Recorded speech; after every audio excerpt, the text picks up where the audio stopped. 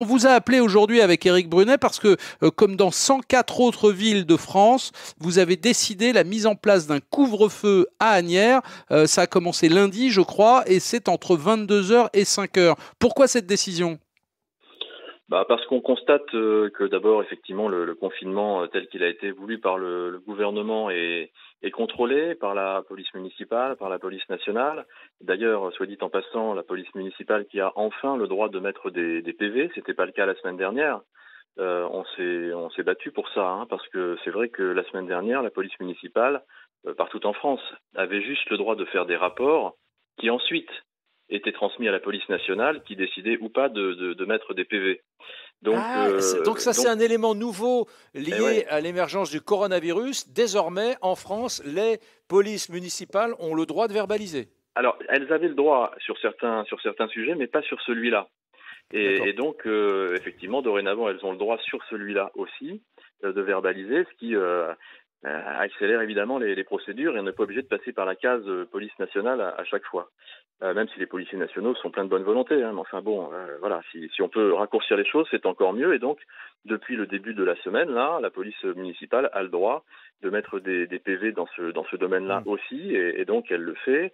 Alors, il y a eu toute une phase de prévention, de pédagogie pour expliquer aux gens toutes les mesures de confinement.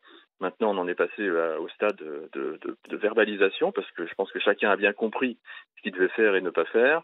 Et nous, on est passé à un stade supérieur, sans doute, notamment avec cet arrêté de couvre-feu le soir, de 22 heures à 5 heures du matin, parce qu'on voyait encore des gens qui s'attroupaient le soir, avec des prétextes divers et variés, souvent fallacieux.